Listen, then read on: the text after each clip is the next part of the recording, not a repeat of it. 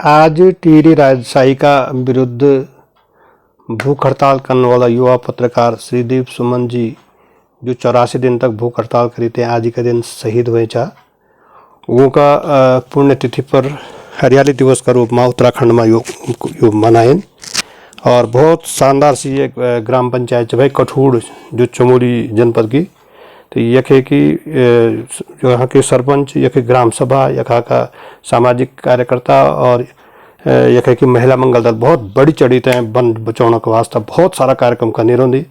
ये चाहे वनाग्नि हो, चाहे कोई अन्य भी वन की एक्टिविटीज हो, हर बार कुछ ना कुछ कार्यक्रम चलो रहा। और जो चमोली का DFO छे ना इंद्र सिंह नेगी जी, ये भी मैं बड़ी चढ़ी तक भाग देना, ये बहुत इंस्पायर करता लोगों तो बहुत प्रोत्साहित करता, बहुत ही गजब। तुम ये वीडियो तजा करते हो हला तो गाँव की महिला छी नहीं, जो रीढ़ छी नहीं, वो पहाड़ों की रीढ़ छी ने वो उन्मुक्त हुए थे और बहुत श्रद्धा के साथ कमना अपने अतिथियों को आदर कर दी, सत्कार कर दी। कमना युवाओं के प्रति को प्रेम हुन चिपको आंदोलन की धरती चाहे उत्तराखंड या चमोली जनपद, और ये लोग अपना अतिथियों का कमना स्वागत करना, कमना होने की शैली चे कनियो सब कुछ आप देते होना। तो बोलो आप वीडियो में बनी रहो और ये वीडियो तो जरूर शेयर करो और ये चैनल तो सब्सक्राइब करो।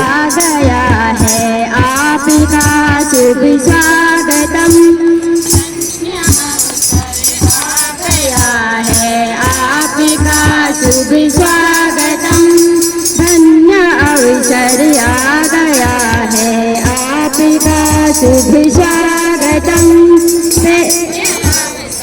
आ गया है आपका शुभ स्वागतम।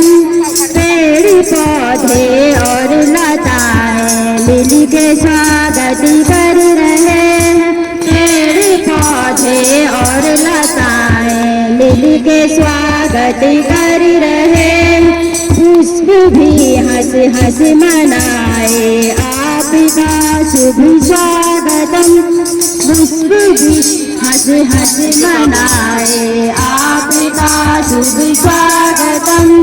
आप यहाँ आकर पधारे आपका शुभ स्वागतम, आप यहाँ आकर पधारे आपका शुभ स्वागतम। धन्य अवसर आ गया है आपका शुभ स्वागतम, अवसर आ गया है आपका शुभ स्वागतम। पेड़ पौधे और लताएं मिल के स्वागत कर रहे हैं, पौधे और लताएं मिल के स्वागत कर रहे, पुष्प भी हंस हंस मनाए आपका शुभ स्वागतम, जी हंस हंस मनाए आपका शुभ स्वागतम। बातें हुई, मैं सबसे पहले आप सब लोगों को तो एक बार नमस्कार करता हूँ। बाय नेम से मैं किसी को संबोधन शायद नहीं कर पाऊँ क्योंकि मुझे सबका नाम याद नहीं रहता है। और ये बहुत हर्ष का विषय है, बहुत खुशी की विषय है कि आज श्रीदेव सुमन जी का जो है पुण्यतिथि भी है, पुण्यतिथि के अवसर पर हम लोग यहाँ पर हरेला कार्यक्रम का आयोजन कर रहे हैं। हरेला कार्यक्रम जैसे कि अभी रिंजर साहब ने बताया पूरा उत्तराखंड में हम लोग मना रहे हैं, हमारी संस्कृति से जुड़ी हुई है। हमारा ऐसा कोई देवीय कार्य नहीं होता है, तीज त्यौहार नहीं होता है, शुभ कार्य नहीं होता है जब हम घर में हरेला ना उगाते हो और अपने देवी देवताओं को और अपने इष्ट मित्रों को व्यक्त न करते हो। तो ये हमारी संस्कृति से जुड़ी हुई है, हमारे जीवन का आधार है, तो हमें उस संस्कृति को जिंदा रखना है।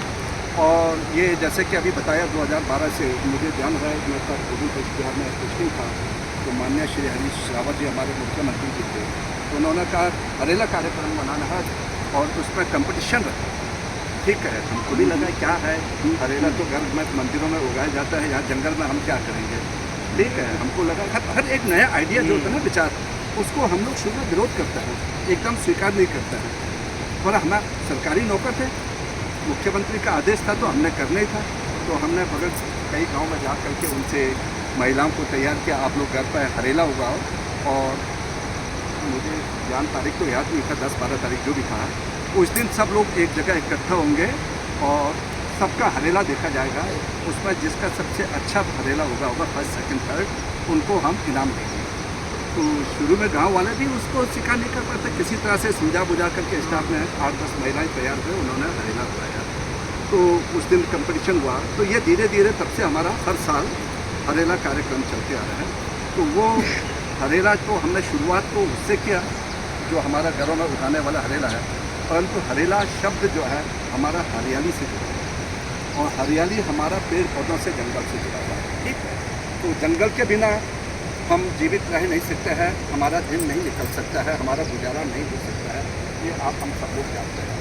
जैसे अभी बता रहे थे कि हम भी कह रहे थे कि हमारे पूर्वज जो रहे हैं, हमसे पहले पीढ़ी आपके हमारे उम्र के, तो हमने देखा है कि खेती और पशुपालन यही दो ही हमारा मुख्य व्यवसाय है। आज के नए युवा वर्ग आ गए हैं, इन पीढ़ियों ने तो बहुत कुछ विकास देख लिया है। हम लोगों के समय में जहाँ भी जाना होता था पैदल जाना होता था, और पशुपालन घोड़ा खच्चर गाय भैंस ये हम लोगों का भेड़ बकरियाँ, और खेतों में आलू मटर जो धान जो दोनों है ये खाते थे, और उसी पे हमारा गुजारा भी हो जाता था।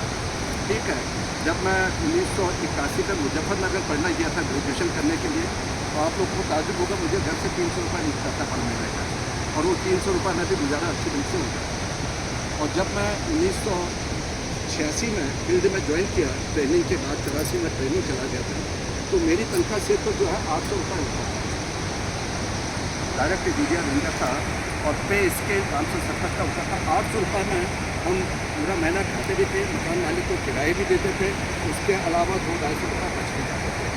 तो वो दौर दूसरा था। ठीक है, धीरे धीरे क्या हुआ, वैश्वीकरण हुआ और इंटरनेशनल मार्केट खुला, रोज़गार के कई संसाधन आ गए, गवर्नमेंट के भी कई योजनाएं चल गए, चाहे हमारा नरेगा आया, चाहे हमारा ये क्या कहते हैं कि जोहार रोज़गार योजना आए, चाहे हमने कई प्रकार की योजना आया है। तो उन योजनाओं से हमें रोज़गार जो है प्रचुर मात्रा में मिलने लगा, तो हमारा इनकम भी बढ़ने लगा। साथ साथ में हम लोगों का शिक्षा दीक्षा भी बढ़ गए।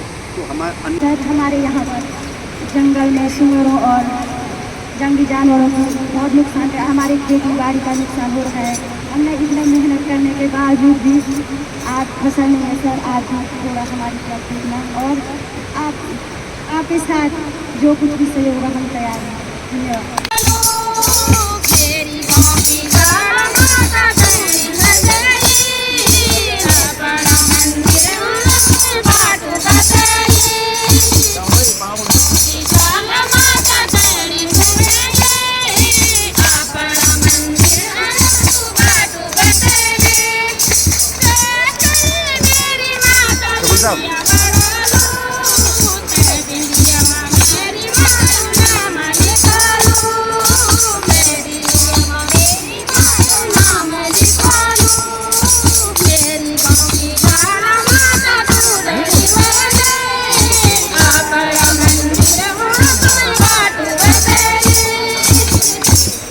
Terima kasih.